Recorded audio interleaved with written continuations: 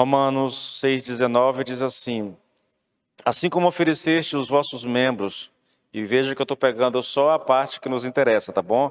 Eu estou deixando aqui de lado a primeira parte, porque eu já ministrei sobre ela, falo como homem por causa da fraqueza da vossa carne. Eu vou deixar isso de lado, então vou ler só aquilo que nós vamos trabalhar hoje.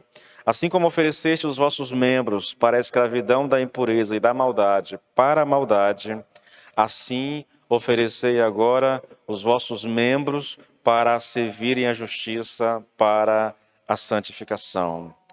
Deus, em o nome do Senhor Jesus Cristo de Nazaré, nós estamos em Tua presença, Senhor, e nós nos exporemos à Tua palavra, Senhor. Pai, eu te faço um único pedido, Senhor, apenas um.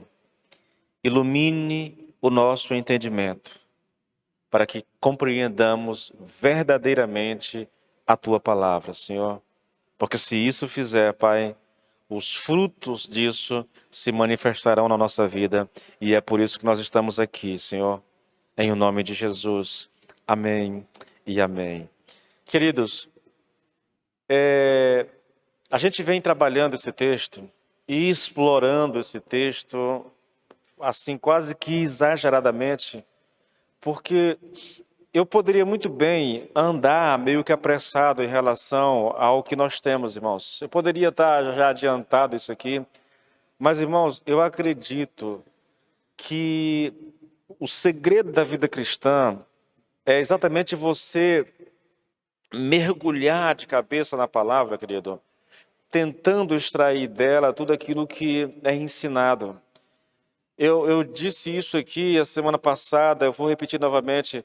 Alguém disse, e isso foi Paul Washer que disse, quando o texto bíblico ele é interpretado corretamente, então essa interpretação correta é Deus falando à igreja através do pregador.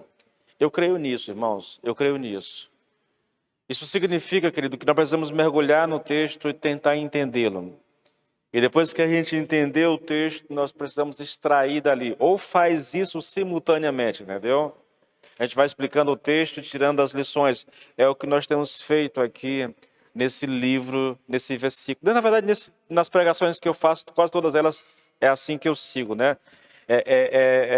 Explicando e aplicando simultaneamente, entendeu? Eu gosto da disciplina do Augusto Nicodemos, porque ele explica o texto e depois ele faz a aplicação, né? Ele é muito disciplinado nisso. Eu ajo de forma diferente, entendeu? Eu não tenho a mesma disciplina que ele. Eu não me contento, irmãos, de explicar o texto todinho sem fazer aplicações. Eu quero logo fazer as aplicações do texto. E aí a gente vai trabalhar dessa forma. Olha, queridos, esse capítulo da Bíblia, o capítulo 6, irmãos, eu lembro que quando eu comecei a pregar ele, eu li que o Lloyd Jones disse, alguém chegou para ele assim, por que o senhor não prega Romanos? E ele disse, eu nunca preguei Romanos porque eu ainda não entendi o capítulo 6 de Romanos. No dia que eu entendê-lo, eu vou pregar Romanos. Você percebe que para ele é o capítulo mais difícil, não só da Bíblia, mas é o capítulo mais difícil de ser entendido, não só de Romanos, mas de toda a Bíblia, entendeu? Eu gostaria, irmãos, seria bom se todos nós tivéssemos uma disciplina de ler os comentaristas a respeito de Romanos. Eu tenho, queridos, eu leio ainda, entendeu? Mas eu diminui um pouco, na verdade. Olha, eu tenho o próprio Nicodemos, ele fez um comentário, ele fez uma série de pregações e depois das pregações, ele transformou aquilo num comentário bíblico, entendeu? Eu tenho a Calvino, eu tenho uma lista de pregadores famosos, irmãos, que comentaram Romanos. Mas eu posso dizer a vocês que nenhum daqueles homens conseguiram, a meu ver, e eu digo isso baseado no comentário que eu tenho do Lloyd Jones, entendeu? Então, baseado naquilo que eu aprendi com o comentário de Lloyd Jones, nenhum deles conseguiu achar o cerne do que realmente é ensinado aqui em Romanos. Isso não é crítica, entendeu? Isso não é Não estou dizendo que Lloyd Jones é melhor do que ninguém e nem quero me colocar aqui como um entendido, irmãos. Eu conheço as minhas limitações ao extremo, entendeu? Tanto é que eu prego aqui em Romanos baseado naquilo que Lloyd Jones escreveu. Sim, eu leio o texto, eu tento entender, eu leio Lloyd Jones, eu leio outros comentaristas, vou para dicionário e tudo, mas a base, querido, é exatamente o comentário de Lloyd Jones. Por quê? Porque se me deixasse para comentar, irmãos, o livro de Romanos por conta própria, eu não daria conta, querido. Eu vou ser sincero com vocês. Leia o livro e tente entender o que é dito aí, irmãos, sem auxílio de nada. E eu te garanto que você vai se perder muito facilmente com o livro, entendeu? Porque ele usa muitos termos teológicos, irmãos. A carta de Paulo aos Romanos é um tratado teológico, entende? E eu preciso entender aquilo que ele está dizendo, as expressões que ele usa. Eu disse isso para alguém recentemente. Para entender um texto bíblico, eu preciso entender, irmãos, um pouco da cultura. Eu preciso entender um pouco de contexto, eu preciso de auxílio dos dicionários, né, de grego, de hebraico, entendeu? Eu preciso de auxílio de homens de Deus no passado que estudaram aquele texto, que se debruçaram sobre aquele texto e Deus deu a ele a graça de entender o texto. Então eu preciso, é por isso que eu leio o comentário, irmãos. É por isso. Eu não me vejo. Alguns textos, sim, eu posso ler e interpretar, e eu tenho certeza que a minha interpretação está correta. Mas em Romanos, irmãos, eu reconheço a dificuldade, entendeu? Eu reconheço. E eu desafio qualquer um de vocês, pegue o capítulo 7 de Romanos e tente entender ele. Entendeu? E se você ler e disser que entendeu, eu abro para você aqui, para você expor o capítulo 7. Sem nenhum problema. Qualquer um de vocês que queira. Porque é desafiador, irmãos. É desafiador. É lógico. Eu posso dizer a vocês, e eu poderia resumir a vocês, esse versículo que eu li aqui, no ensino, que é de fato o cerne daquilo que Paulo está dizendo. Qual é o cerne disso aqui, irmãos? Ele está dizendo o seguinte, olha, assim como vocês ofereceram os membros de vocês para servir o pecado, antes de conhecer a Cristo, agora ofereçam esses mesmos membros para servir a Deus, agora que vocês foram salvos. O ensino é esse. Entendeu? Agora, isso é suficiente? Eu creio que não, irmãos. Porque há muita coisa envolvida aqui nesse texto que eu preciso de um bom conhecimento para poder explorar o melhor. Por exemplo, o capítulo 6, eu disse isso aqui, ele é um dos textos mais mal interpretados de toda a Bíblia. Sabiam disso? Isso acontece por causa do ensino nesse capítulo a respeito da santidade e da santificação.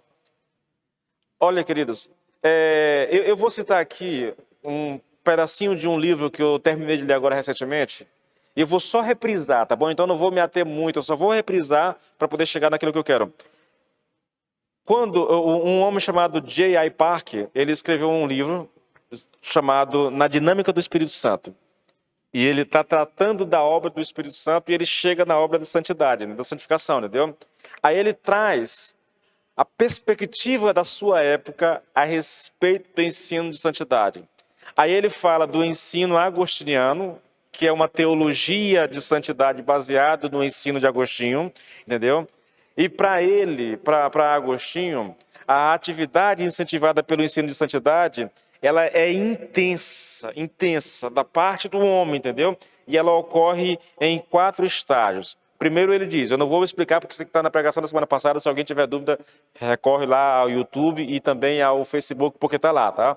Então, olha os estágios. Primeiro, como alguém que deseja fazer todo o bem que possa, observa que tarefas, oportunidades e responsabilidades estão diante de você. Se alguém quer realmente viver o Evangelho, ele vai se defrontar com muitas tarefas, com oportunidades que estão ali diante dele, entendeu? Segundo, esse é o primeiro estágio. Segundo, diante dessas oportunidades, diante desses desafios, das tarefas que estão para você fazer, você ora pedindo ajuda a Deus nessas coisas, reconhecendo que sem Cristo nada poderá fazer. Aí ele diz, nada de frutífero, tá bom? Então você não pode fazer nada de frutífero em relação àquilo que você foi chamado a fazer. Terceiro, você se põe a trabalhar com boa vontade e coração alegre, esperando ser socorrido da maneira como pediu. Então você tem um desafio para fazer, você tem um chamado a ser cumprido, uma vida de santidade a ser vivida. Você ora pedindo ao Senhor que o Senhor te capacite, que o Senhor te dê força para você fazer aquilo que você foi chamado a fazer. Bom, já que você tem um desafio, já que você pediu ao Senhor, agora você se lança a fazer, entendeu? Você se lança em campo, você vai fazer aquilo que foi colocado para fazer. Esperando, lógico, já que você orou, que Deus te ajude a fazer aquilo que Ele te chamou para fazer. E por último, você agradece a Deus a ajuda dada, pede perdão por suas falhas no decorrer do processo e pede mais ajuda para a tarefa seguinte. Ou seja, se o Senhor te capacitou, você dá graça. Se você errou alguma coisa, você pede perdão ao Senhor e continua buscando ajuda para continuar fazendo a obra do Senhor. Essa santidade, querido, vinda da teologia de Agostinho, é uma santidade que exige trabalho árduo, baseados em repetições infindáveis desta sequência. Eu tenho um desafio, eu oro ao Senhor, eu me lanço a fazer, e aí eu agradeço ao Senhor por aquilo que eu consegui fazer. Se eu não conseguir completar tudo, eu peço perdão e eu continuo buscando o Senhor direção e eu continuo fazendo. E isso é até a morte te levar desse mundo, tá bom? Aí vem o segundo ensino, baseado nesse capítulo 6 de Romanos, a respeito de santidade, que é um ensino chamado de ensino wesleyano. Vem de Wesley, tá bom, querido? Esse ensino, querido, consiste basicamente em buscar uma segunda bênção. Olha, esse ensino de Wesley diz que há duas grandes bênçãos na vida cristã, sendo a primeira a bênção da regeneração, ou seja, da salvação, e a segunda bênção, a bênção da santificação. Uma vez que o cristão alcança essa segunda bênção, o pecado é erradicado da sua vida, tá bom? Isso é chamado de bênção total. O Wesley acreditava que uma vez que você alcança essa segunda bênção, que o grande desafio do cristão é buscar o Senhor ardentemente, continuamente por essa segunda bênção. Se você alcançá-la, então o pecado é erradicado da tua vida. Isso é loucura, né, querido? Mas você acreditava nisso, tá bom? Aí tem o terceiro ensino, que é o de Keswick. Veja, o ensino de Wesley está... a teologia de Wesley está, de certa forma, confrontando a teologia de Agostinho. Essa teologia de Keswick vai confrontar a teologia de Wesley, tentando consertá-la, entendeu? O propósito desse ensino está aqui, é corrigir o ensino de Wesley, na verdade. Eu disse que é chamado de Keswick por causa do lugar onde ocorria uma conferência, tá? Que esse pessoal que defendia esse ensino se encontrava. A ideia central, querido, é deixar conscientemente que Cristo faça as coisas em nós e através de nós, em vez de tentarmos fazê-las por nós mesmos. A ideia é essa. Olha só, veja como é que funciona, irmãos. Eu vou só descrever a vocês, eu vou ler, na verdade, o que está aqui. Olha. Para alcançar a santidade na vida exterior, você precisa, em primeiro lugar, receber a bênção da santificação na sua vida interior. Isto é, você precisa entrar na vida que vence, a vida de contínua vitória sobre o pecado através de um exercício constante de fé. Você se liga a esta vida consagrando-se completamente a Deus. Tendo-se ligado, você vive esta vida lembrando que está morto e ressurreto com Cristo e que Ele, por seu Espírito, vive em você. E com base nisto, você lhe pede e lhe permite que derrote o pecado em você todas as vezes que perceber que esse pecado está te levando à derrota, entendeu? A ideia aqui, o segredo desse ensino é, se você manter a consagração e exercitar a fé, então essa é a sua parte nesse processo. O restante é com o Senhor.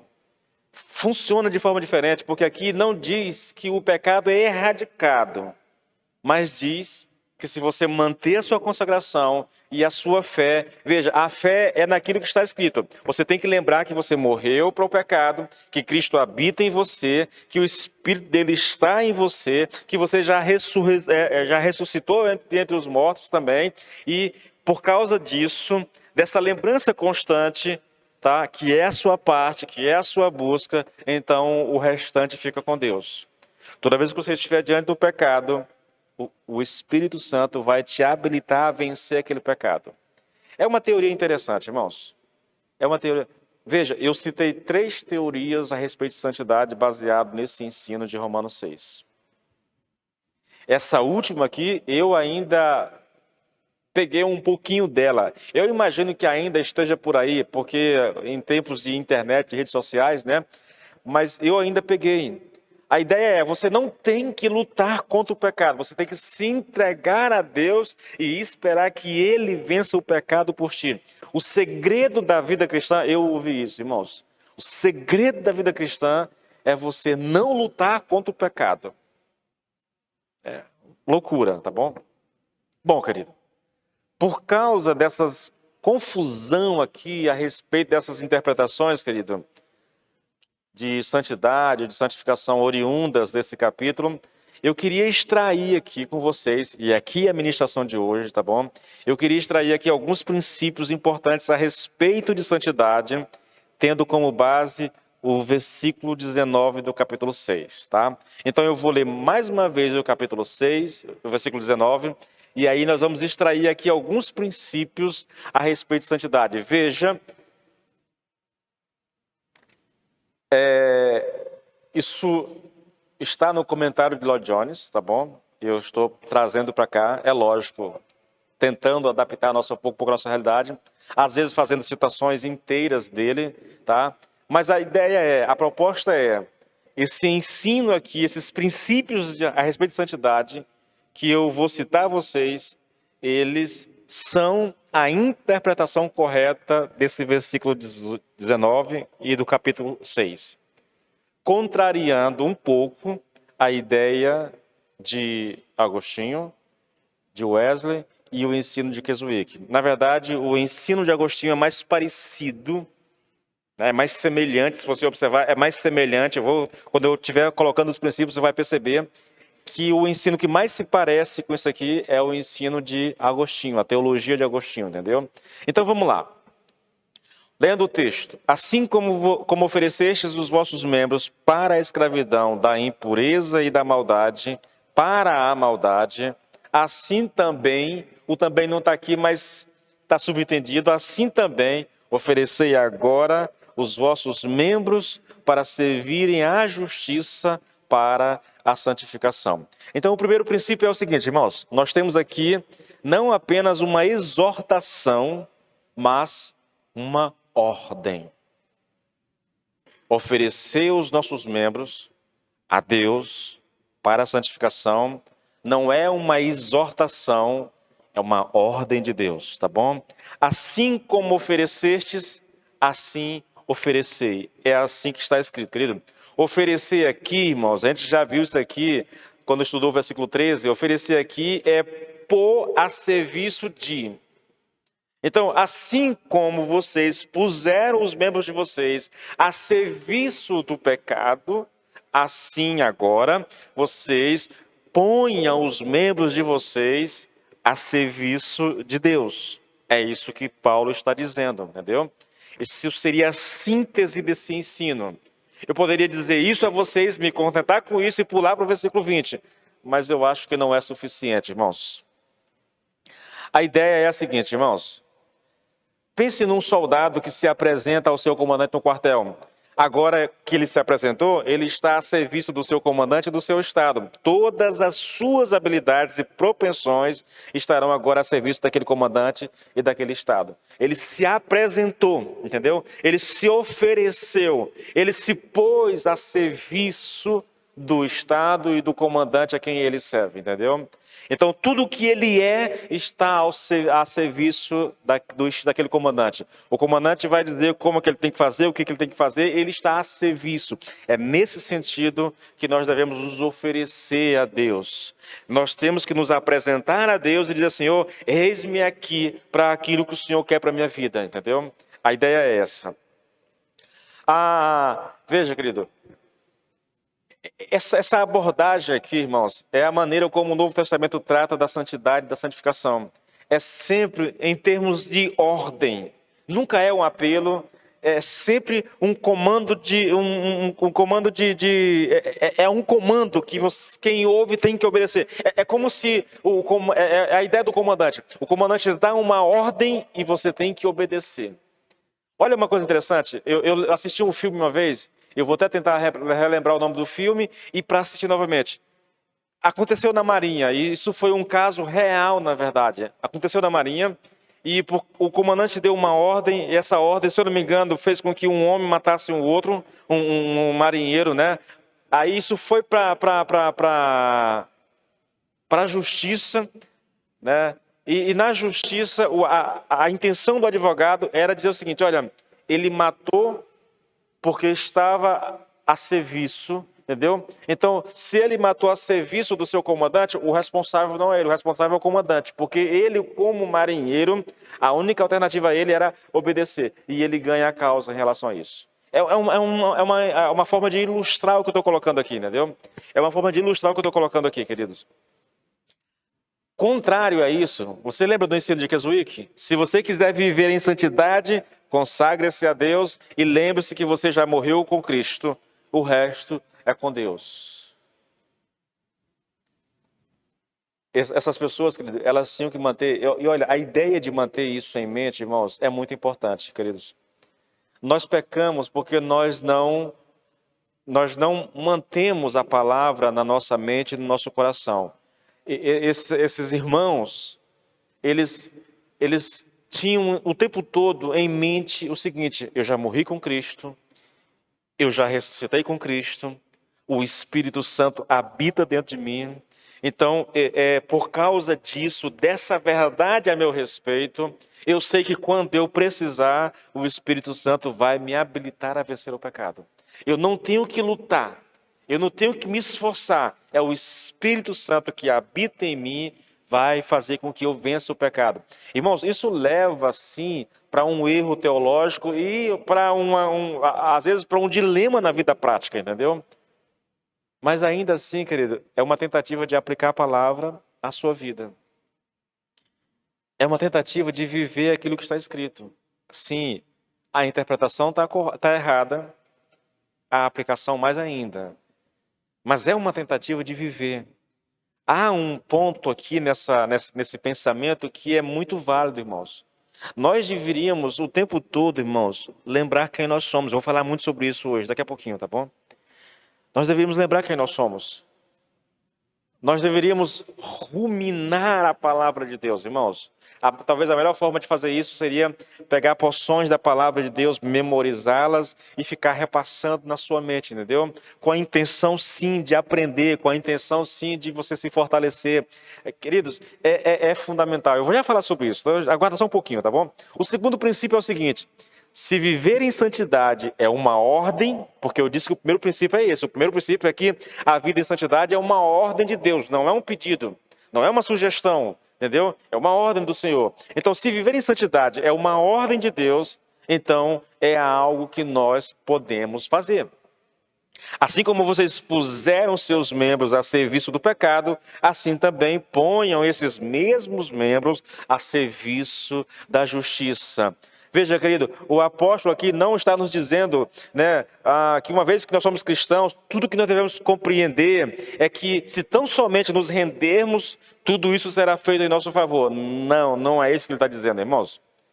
Não é isso. A pergunta é: será que nós devemos nos render ao Senhor? E a resposta é: com toda certeza, todo cristão deve se render ao Senhor. Devemos nos humilhar diante do Senhor, devemos nos submeter à vontade de Deus. Mas isso, querido, é só parte do processo, irmãos. Não é todo o processo. O ensino de Keswick diz que esse é todo. A sua obrigação é apenas se render ao Senhor. E eu digo, não, render-se é parte do processo, mas não é todo o processo, irmãos. Nós devemos lutar, querido, e isso é o ensino bíblico. Nós devemos lutar com todas as nossas forças, com o propósito de viver uma vida santa diante do Senhor. Eu diria que o processo de santidade, ele se resume a essas duas partes. Por um lado, eu me rendo ao Senhor. Por um lado, eu me submeto ao Senhor. Por um lado, eu me submeto à vontade de Deus. Eu me prostro, eu reconheço a minha fraqueza, eu reconheço a minha dificuldade, né? Eu peço ajuda ao Senhor, eu peço auxílio de Deus. Mas por outro lado, irmãos, eu devo, irmãos, lutar com todo o meu ser para viver uma vida. Eu devo me esforçar de todo o meu coração, querido, para agradar a Deus vivendo uma vida santa. E se você acha que eu estou exagerando, irmãos, abra aí, por favor, em Hebreus 12, nos versículos 3 e 4.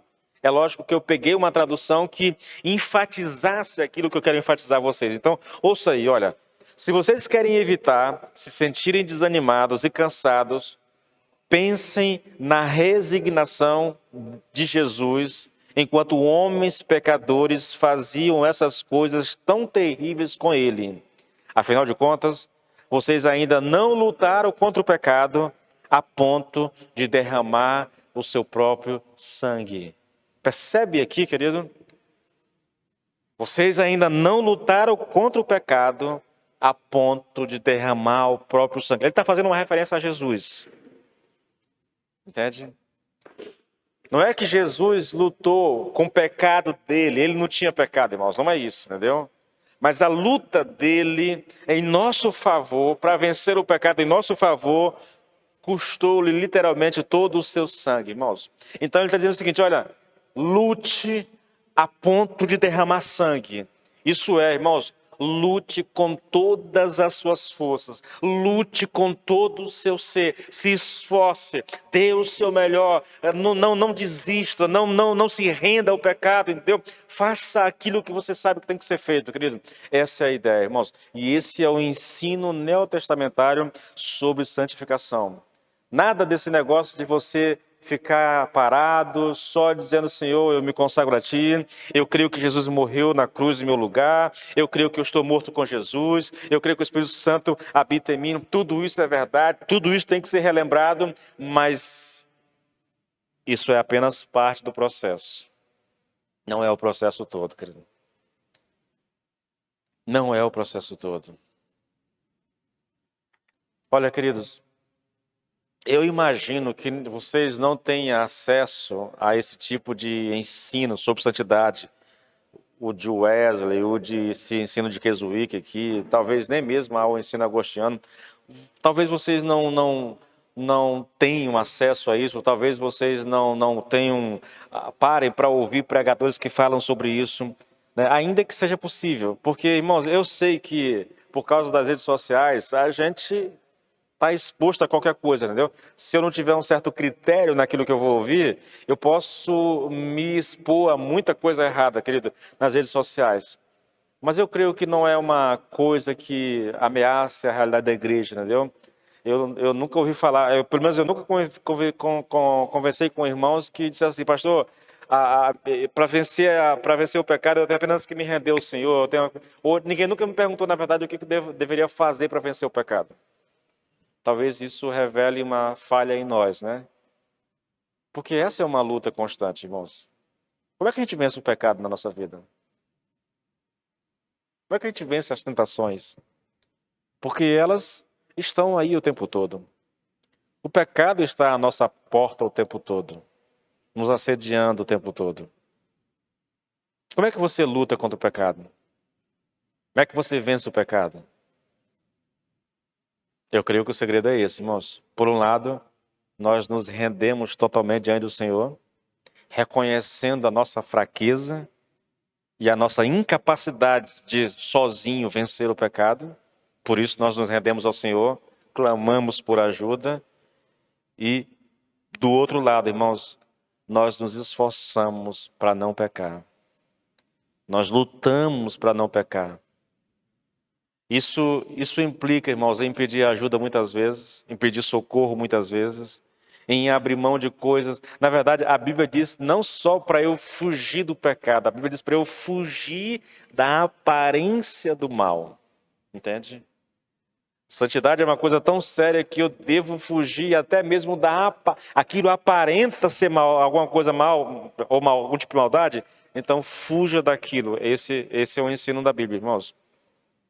Olha, o Lloyd Jones, falando a respeito desse ensino de Keswick, ele diz o seguinte: há muitos cristãos que passam a vida toda tentando tomar posse desse método maravilhoso, segundo o qual tudo é feito para o cristão, e este não tem mais nada para fazer, senão descansar e permanecer em Cristo, e a vitória lhe será dada. Mas, irmãos, muita gente. O próprio J.I. Park, ele fala da experiência dele. Ele escreveu um comentário para uma revista contando essa experiência dele, dessa luta para viver na prática esse ensino de Keswick, e ele não conseguia. E quanto mais ele lutava, mais ele se afundava, mais ele se sentia distante do Senhor, mais ele fracassava, entendeu? Não lute, se renda a Deus. E ele não entendia como é que funcionava isso, entendeu? Não sabia o que fazer exatamente, não dava certo aquilo que ele aprendeu a fazer. E ele conta da frustração que foi tentar colocar isso aqui em prática. Bom, o terceiro princípio, irmãos, veja. O primeiro princípio é: santidade é uma ordem de Deus para nós. O segundo, se é uma ordem de Deus para nós, então nós podemos obedecer. O terceiro, irmãos, esta ordem é baseada naquilo que já aconteceu conosco, não naquilo que ainda possa acontecer. Tá? Baseado no que isso é dito? Em Romanos 6,18. Lá diz assim: e libertados do pecado, fostes feitos servos da justiça. A ideia é mais ou menos essa. É porque fomos libertados do pecado e feitos servos da justiça que Deus ordena que ofereçamos os membros do nosso corpo para a prática da justiça. Não é por alguma coisa que ainda vai acontecer, é pelo que já aconteceu conosco, tá bom? Paulo não está dizendo, querido, que se oferecermos os nossos membros para a prática da justiça, algo de maravilhoso vai acontecer conosco. Não fazemos por causa do que pode acontecer, mas por causa do que já aconteceu. E o que foi que já aconteceu, querido? Nós já fomos libertos do pecado. Esse é o ensino de Paulo. Nós já fomos libertados do pecado. Liberto do reino, liberto do domínio, liberto do governo e liberto da autoridade do pecado. Essa é a nossa condição diante do Senhor. Tudo que nós estudamos até aqui no capítulo 6 de Romanos prova isso. E eu vou já te mostrar isso mais claramente, tá bom? Então veja, irmãos, tanto o ensino de Wesley como o ensino de Keswick ensina a ideia de uma segunda bênção, que seria a bênção da santificação. E uma vez que nós alcancemos essa bênção, nós seríamos completamente libertos do poder do pecado, irmãos. A ideia é: nós vamos conseguir, nós vamos alcançar essa bênção. Essa bênção da santificação é uma coisa que está no futuro. Mas olha o que o texto diz, irmãos. Romanos 6,2.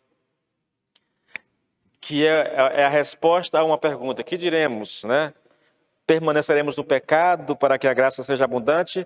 Qual é a resposta? De modo nenhum. Como viveremos no pecado, nós, os que já morremos para ele? Então, a ideia não é que nós vamos morrer, nós já morremos. A ideia não é que nós vamos buscar uma bênção, essa bênção já foi nos dada, na verdade, querido. Já foi nos dada, entendeu? O problema desse ensino, irmãos, é que Paulo não está falando de alguma outra experiência que acaso a gente possa ter. O que ele diz é que nós já tivemos essa experiência, querido. E é por causa dela, né, por causa dessa experiência, que nós não somente fomos libertados do pecado, mas o reino da justiça já começou em nós. E o seu domínio e o seu poder já estão agindo em nós. Muitos mestres, querido, ensinam a ideia de que a santidade é uma coisa que a gente vai alcançar. Esse ensino da segunda bênção, irmãos, isso rodou o mundo, querido. Isso dominou a história eclesiástica durante um bom tempo, entendeu? Essa perspectiva, essa coisa que poderia acontecer em qualquer momento, e você, quando alcançasse essa bênção, então você se veria livre do pecado. Irmãos, uma coisa é fato, irmãos. Primeiro, a bênção já foi nos dada. Segundo, a promessa de que nós nos veremos livres do pecado de forma total ela não é para esse mundo, querido. Enquanto eu viver nesse mundo, eu estarei sujeito a pecar. Não há homens tão santos, irmãos, que não estejam sujeitos ao pecado. Não há. Por mais santo que seja, ele continua sujeito ao pecado, entende? O pecado, diz Paulo, querido, habita em mim, habita o meu corpo, habita a minha carne. E o grande anseio do cristão, biblicamente, é aguardar a redenção do nosso corpo. Enquanto isso não acontecer, irmãos, nós estamos sujeitos a pecar. O quarto princípio, querido, e aqui eu vou gastar um tempo maior com vocês. Escute isso, irmãos.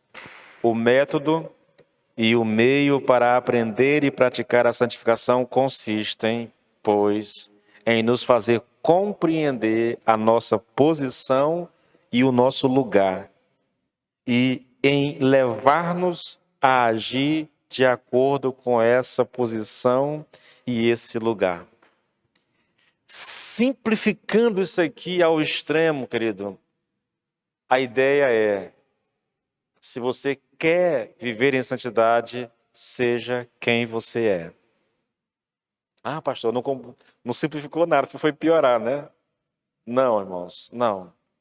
A grande questão é quem você é, querido, à luz do ensino bíblico. Você tem que saber disso, irmãos. Eu estou pensando seriamente em fazer uma série de mensagens para explicar isso a vocês.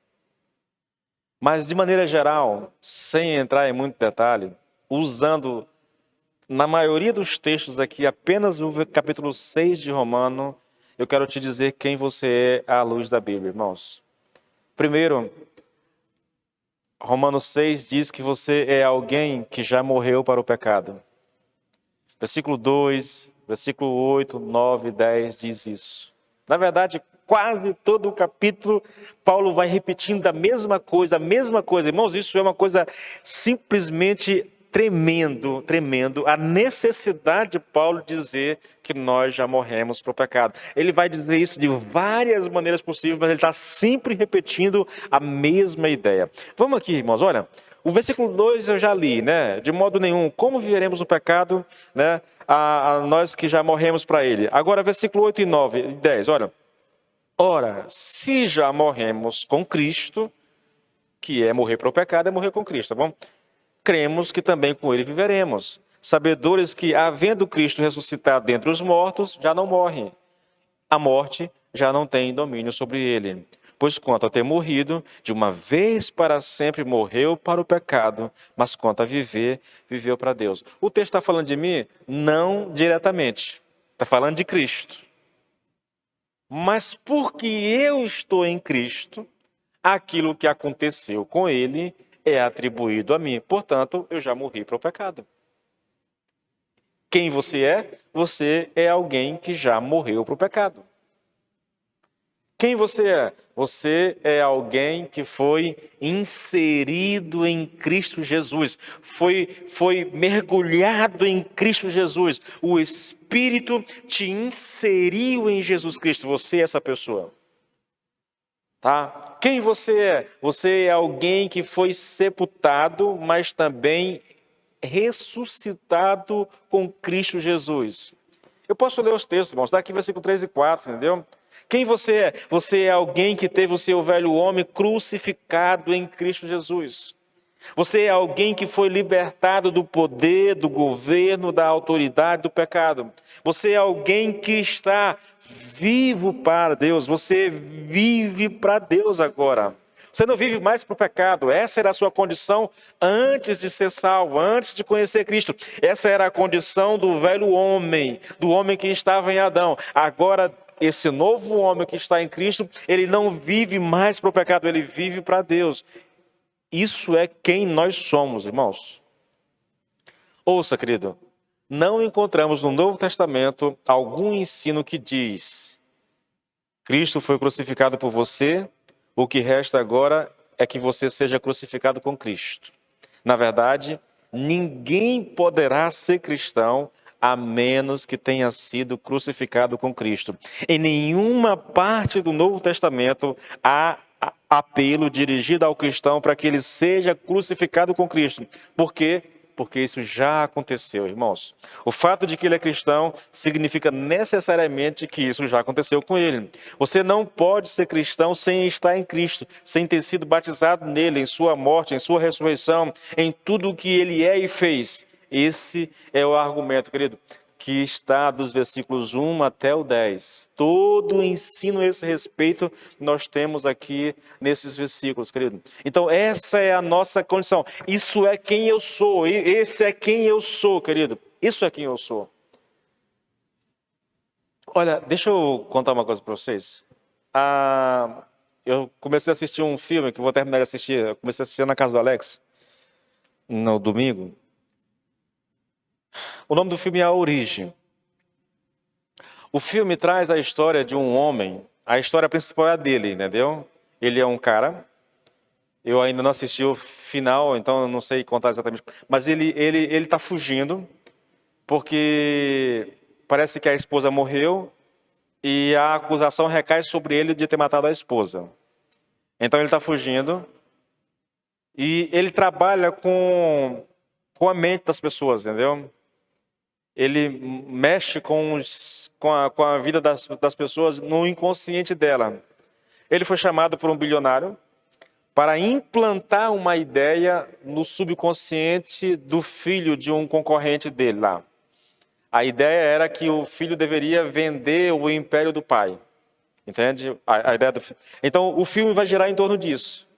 Porque o cara que o contratou disse, se você conseguir fazer que o filho venda o império do pai, eu vou te livrar das acusações que tem a respeito de ti, com relação à tua esposa. E como é que ele vai mudar, gerar essa ideia na cabeça do cara? Através do inconsciente. Eu sugiro que vocês assistam o filme, é bem interessante. Ele criou um mecanismo, uma máquina, uma tecnologia, em que ele se conecta por meio de fios, de cabos, à pessoa. Entra ele e a equipe, estão conectar todo mundo ali, e eles, por causa dessa conexão, eles conseguem entrar no inconsciente da pessoa. E eles vão trabalhar o inconsciente, gerar no inconsciente da pessoa a ideia de se desfazer do império do pai. É um filme interessante, irmãos.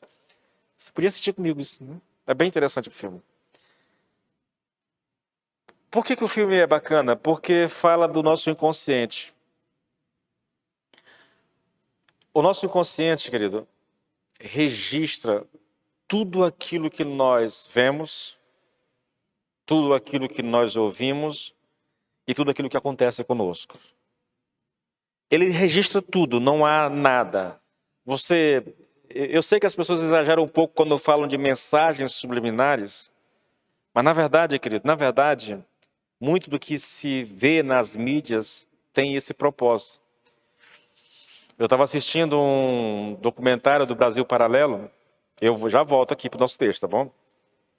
Eu estava assistindo um documentário do Brasil Paralelo, onde um pesquisador de um outro país, que eu não lembro aqui agora, não sei se foi da Inglaterra, ele pesquisou a respeito da Globo, das novelas, das programações da Globo, e das consequências da Globo quando ela chega num lugar com a sua programação.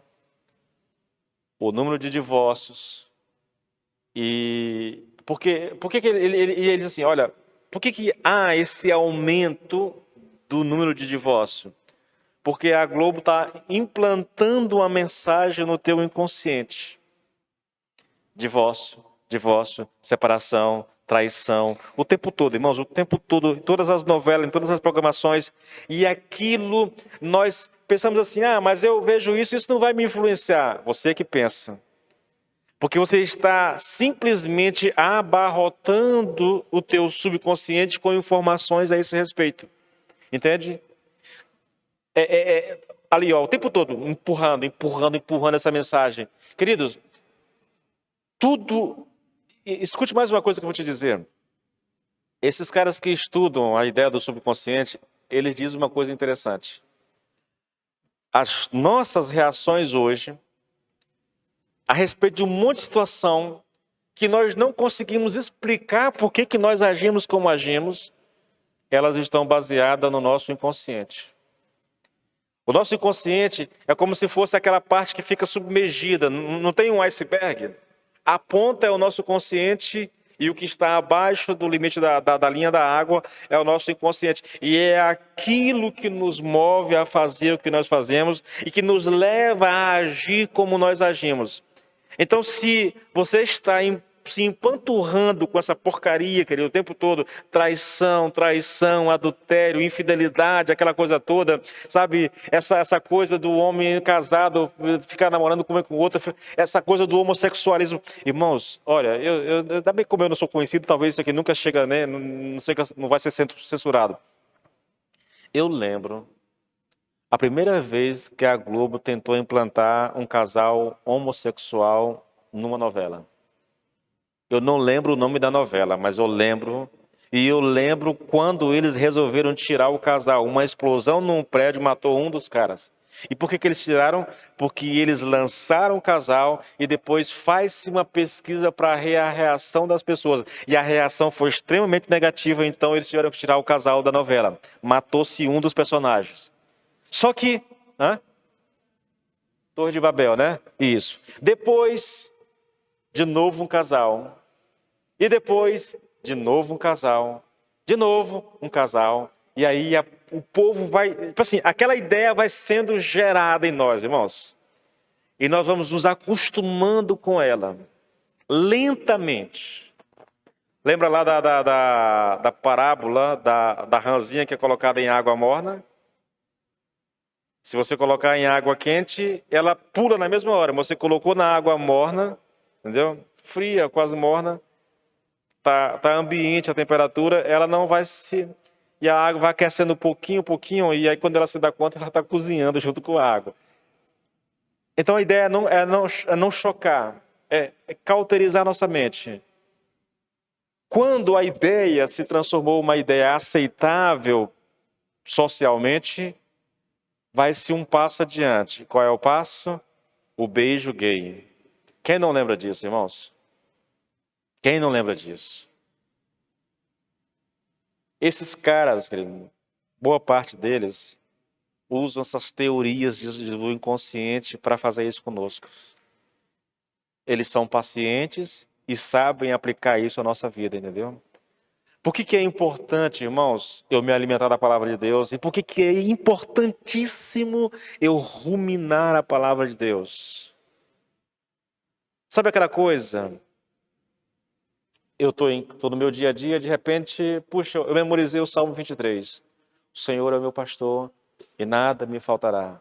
Ele me faz repousar em pastos verdejantes, leva-me para junto das águas de descanso e refrigera minha alma. Guia-me pelas veredas da justiça por amor do seu nome. E ainda que eu ande pelo vale da sombra da morte, mal algum temerei, porque tu estás comigo, a tua vara e o teu cajado me consolam. Aí, sabe... Eleva os meus olhos para o monte, de onde me virá o socorro? Meu socorro vem do Senhor que fez os céus e a terra. E aí, irmãos, se nós nos alimentarmos disso, querido, pode parecer a princípio que isso não tem nenhum efeito em nós, mas, queridos, usando a mesma estratégia dessas pessoas, nós estamos alimentando nosso inconsciente com a palavra de Deus, entende? E se eu mantiver essa disciplina, daqui a pouco eu estou guiando toda a minha vida baseado na palavra de Deus.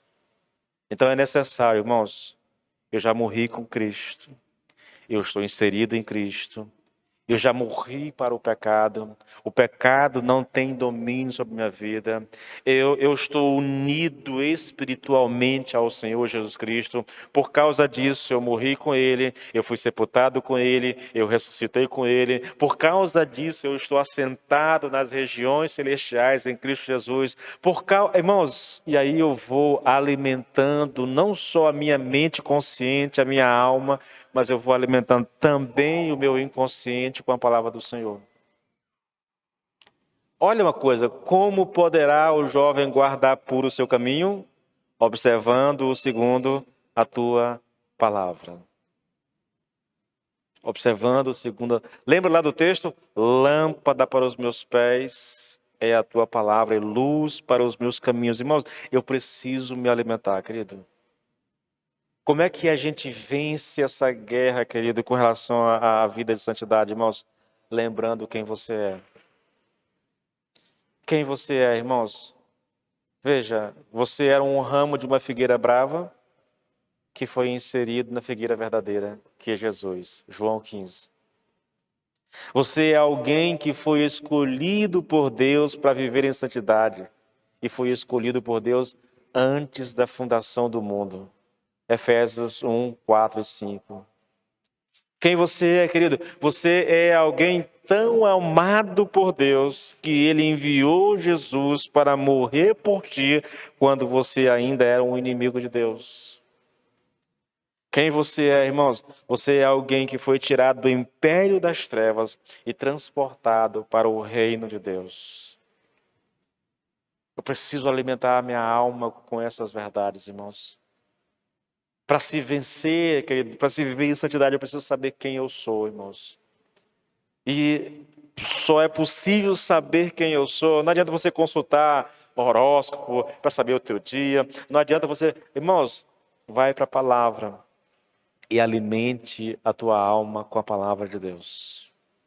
Rumine ela, querido. Se você puder, decore um versículo hoje, um amanhã e vá se alimentando disso, irmãos. Eu estou ensinando as minhas filhas matemática, sabia? Elas aprenderam toda a multiplicação toda, a casa 1, 2, 3, 4, 5, 6, 7, 8, 9, toda. Eu estou ensinando. Qual é a técnica, irmãos? Repetição, repetição, repetição, repetição. Fabíola, quanto é 8 vezes 8? Ah, é 64, pai. Heloísa, quanto é 9 vezes 4? É 9 vezes 9, é 81. Fabíola, quanto é 5 vezes 5? E Heloísa, quanto é 6 vezes 6? E aí eu vou, irmãos, eu vou em cima e vou embaixo. Quando é no dia seguinte, Heloísa, quanto é 8 vezes 8? E, sabe? Estão lá, irmãos. Estão ficando boas, estão ficando craque em matemática. Né? Meu desejo é deixar elas boas em matemática. Né? Pelo menos nas operações mais básicas. E eu já avancei, eu estou ensinando agora multiplicação por 2. Aí não dá para a cabecinha delas, não, aí tem que ser no papel. Eu armo a conta e eu digo, olha, é muito simples. É bem simples. Se você sabe o que vocês já aprenderam aqui, é só vocês colocar em prática. E vai. Irmãos, elas começaram a fazer conta de multiplicação por 3 já, entendeu? Por 3. E eu vou continuar, eu vou deixar minhas filhas boas em matemática, esse é o meu plano. Boa em matemática. Repetição, querido. Eu preciso repetir para mim mesmo aquilo que a Bíblia diz a meu respeito, irmãos. É necessário, querido. E o último princípio para encerrar aqui, irmãos. Viver em santidade, querido, é uma ordem perfeitamente racional. Escute mais uma vez. Assim como ofereceste os vossos membros para a escravidão da impureza e da maldade para a maldade, assim oferecei agora os vossos membros para servirem à justiça para a santificação. Novamente, irmãos, assim como, assim também. É algo extremamente racional. Se você dispunha os seus membros para servir ao pecado antes de conhecer a Cristo, por que não dispô-los agora a Deus, já que você serve a Deus? Sabe? Esse é um ensino, querido, neotestamentário a respeito da santidade. E ele está baseado na racionalidade daquilo que é colocado diante de nós. É dirigido à nossa faculdade lógica, irmãos. Não é sentimental, não é a oferta de alguma experiência maravilhosa. É um argumento racional que nos é apresentado. Simplesmente nos é dito que apliquemos a lógica e sejamos racionais. Veja, irmãos, assim como você servia o pecado, sirva agora a Deus. Eu encerro com isso aqui, querido. É uma citação de Lloyd Jones longa. Ele diz assim, você se diz cristão, é lógico. é uma citação dele, e aí eu faço alguns ajustes para não ficar muito, entendeu? A nossa realidade. Então vamos lá. Você se diz cristão, ou perguntando a você, você se diz cristão? Você diz que acredita que o Senhor Jesus é o Filho de Deus? Você diz que Cristo veio do céu à terra para levar sobre si os seus pecados na cruz e que ele morreu literalmente e sofreu aquele castigo horrível por você e pelos seus pecados? Você acredita que ele fez tudo isso por você para remir você de toda a iniquidade e purificar você para ser para ele uma pessoa especial, zelosa de boas obras? É nisso que você acredita? Então, entende? Olha a lógica. Se você acredita nisso, então o tipo de vida que você está tendo é completamente incoerente com a sua crença. Você está sendo ilógico, está sendo irracional. Por que não encara a verdade? O seu tipo de vida me faz duvidar que você é cristão. Vou fazer uma pausa bem aqui, irmãos. A ideia é a seguinte: você diz que crê em Cristo, você diz que crê que Ele é teu Senhor, você diz acreditar que Ele morreu para te salvar, que Ele desceu do céu para morrer na cruz e para te salvar. Você diz que Ele fez tudo isso por amor a ti e que você o ama. Então, querida, a única coisa que te resta, logicamente, é que você viva para Ele intensamente. Qualquer coisa fora disso é ilógico. É ilógico, irmãos. Como é que eu posso dizer assim, eu creio em Deus, eu creio que Jesus veio do céu para me salvar, que Ele morreu na cruz no meu lugar, que Ele sofreu a minha condenação, e eu dou graças a Deus por isso, mas vivo no pecado? Não faz sentido, irmãos. Como é que alguém pode professar e dizer assim, eu amo a Deus de todo o meu coração e vive no pecado? Não faz sentido, querido. Não faz sentido, entende? Então, santidade é um chamado à lógica. Se você professa crer nas Escrituras, então viva de acordo com ela, querido, porque viver contrário a ela é ilógico, é irracional, na verdade. Esse é o nosso grande desafio, irmãos. Esse é o nosso grande desafio. Viver de acordo com aquilo que nós professamos crer. As nossas ações precisam fazer jus à nossa profissão de fé. Aquilo que eu professo crer precisa ser visto na minha vida, nas minhas atitudes, nas minhas ações. Porque senão eu estou sendo ilógico, incoerente e antibíblico.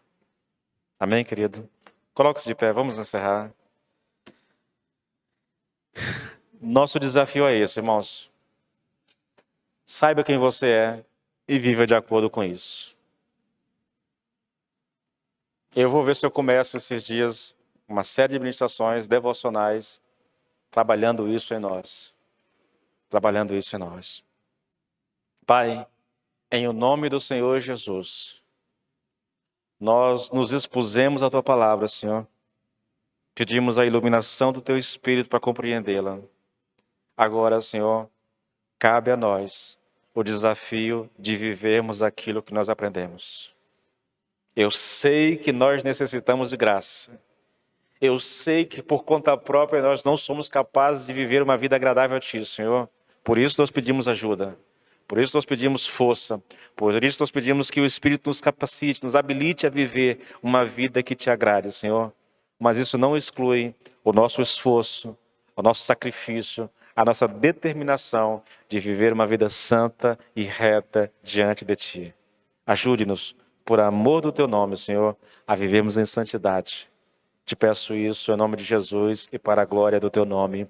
Amém e amém.